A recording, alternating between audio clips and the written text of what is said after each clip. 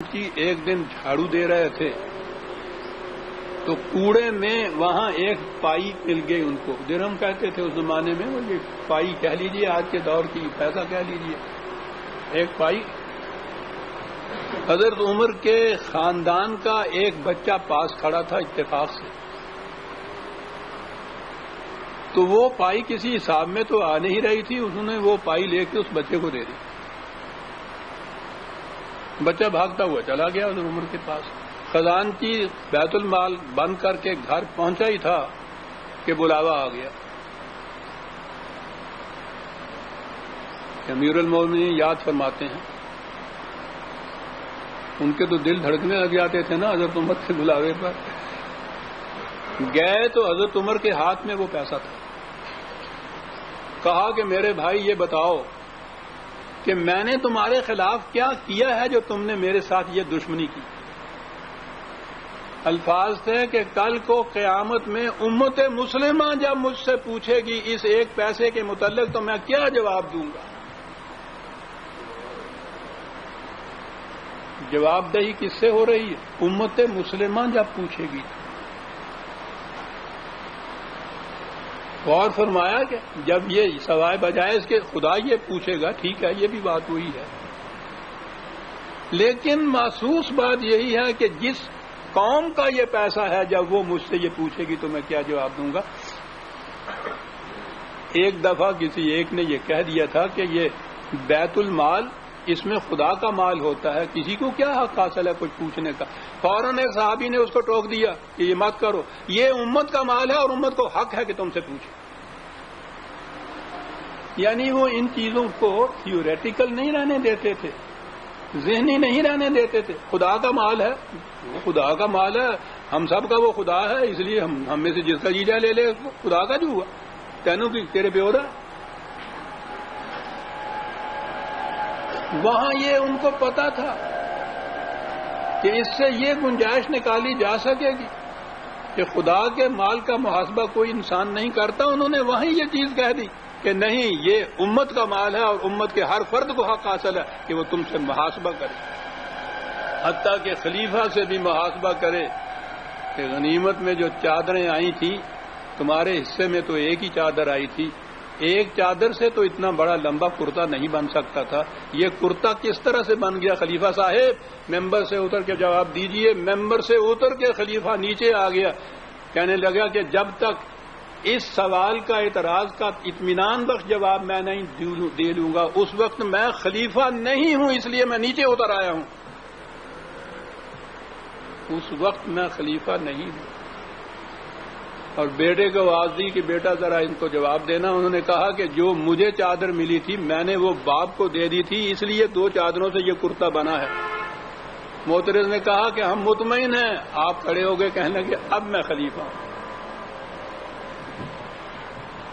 اس سے لینا اور کہاں کا دینا عزیزان نے, اس کا اثر کیا تھا؟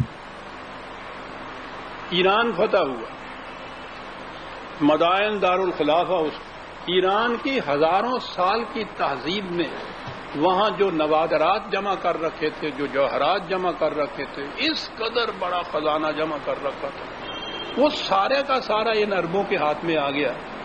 کل تک جن کا گزارا کھجوروں کی گٹھلیوں پہ ہوا کرتا تھا, اور وہ ذرے سیال نہیں تھا جو زمین کے نیچے سے ویسے ہی نکل آیا تھا, جانے دے کے انہوں نے اس چیز کو حاصل کیا تھا.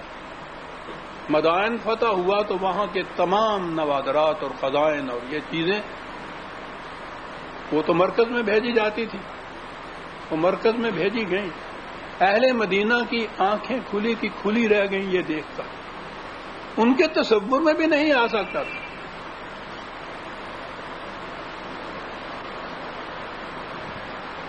اس کے ساتھ ایک خط بھی تھا گورنر کا. اس نے کہا تھا خلیفۃ المسلمین کو, ان سے کہا تھا کہ آپ اس مال غنیمت کو دیکھ کر یقیناً متعجب ہوں گے, لیکن اس سے بھی زیادہ تعجب کی بات ایک اور ہے, اور وہ یہ ہے کہ یہ مال کسی ایک جگہ اکٹھا نہیں رکھا تھا، مملکت کے مختلف شہروں اور گوشوں میں بکھرا پڑا تھا۔ ہمارے سپاہی ان تمام علاقوں میں جو گئے تھے جہاں یہ مال پڑا تھا، وہاں ان سپاہیوں کو دیکھنے والا کوئی نہیں تھا۔ انہوں نے یہ سارے کا سارا لا کے مرکز میں جمع کیا ہے، کسی سپاہی نے ایک سوئی بھی اس میں سے اپنے لیے نہیں رکھی۔ ان کی دیانت اور امانت کی یہ کیفیت تھی۔ حضرت عمر کی آنکھوں میں آنسو آ گئے اور کہا کہ اس قسم کی امانت اور دیانت کی مثال اور کہاں سے مل سکے گی۔ حضرت علی رضی اللہ تعالیٰ عنہ پاس کھڑے تھے، کہا کہ عمر تمہیں پتہ ہے کہ یہ تمہارے سپاہی اس قدر دیانت دار اور امانت دار کیوں بن گئے ہیں؟ کہا فرمائیے۔ جواب سنیے حضرت علی کی شہادت حضرت عمر کے متعلق۔ فرمایا کہ چونکہ آپ کا دامن پاک ہے اس لیے آپ کی رعایا بھی پاک دامن ہے۔ اگر آپ کی نیت ٹھیک نہ ہوتی تو رعایا کی نیت میں بھی فرق آ جاتا، پھر یہ سپاہی ایسے امین نہ ہوتے۔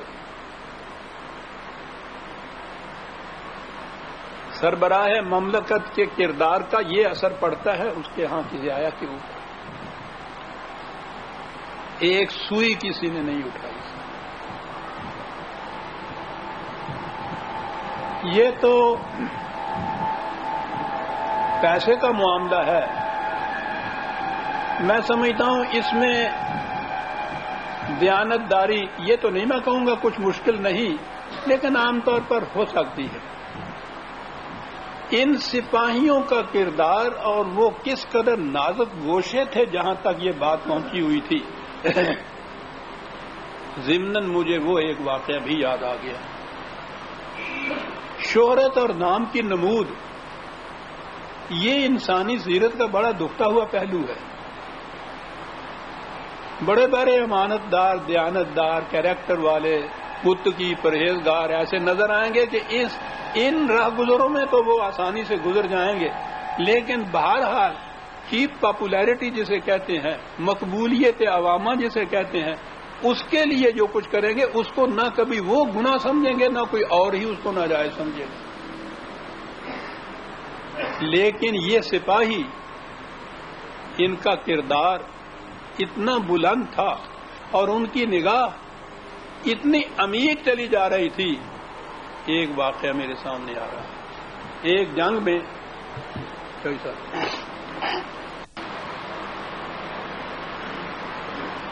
ایک جنگ میں دشمن کا ایک سردار وہ اتنا زیادہ جرأت اور بسالت سے لڑتا تھا کہ وہ کسی سے مغلوب ہی نہیں ہوتا تھا اور بڑا نقصان پہنچ رہا تھا۔ سپہ سالار نے یہ اعلان کیا کہ جو سپاہی اس کا سر کاٹ کر لے آئے گا اسے 1000 دینار انعام دیا جائے گا۔ دوسرے دن لوگوں نے دیکھا کہ اس سپہ سالار کے خیمے کے باہر اس سردار کا سر پڑا ہوا تھا اور کوئی شخص اس کے قریب نہیں تھا۔ سپہ سالار نے اعلان کیا، کوشش کی معلوم کرے کہ کون ہے جو کاٹ کے یہ پھینک گیا ایسا، یہاں کوئی نہ آیا۔ انہوں نے اعلان میں قسم دے دی کہ جس نے یہ کیا ہے اسے میں قسم دیتا ہوں کہ وہ آ کے مجھے بتائے۔ سپاہی آ گیا، اس نے کہا کہ یہ تم نے یہ کیا ہے، یہ کاٹ کے رکھا؟ کہنے لگے ہاں میں نہیں کیا ہے۔ کہنے لگا کہ یہ اتنا بڑا کارنامہ تھا، تم نے خدا کے کیوں نہ بتایا؟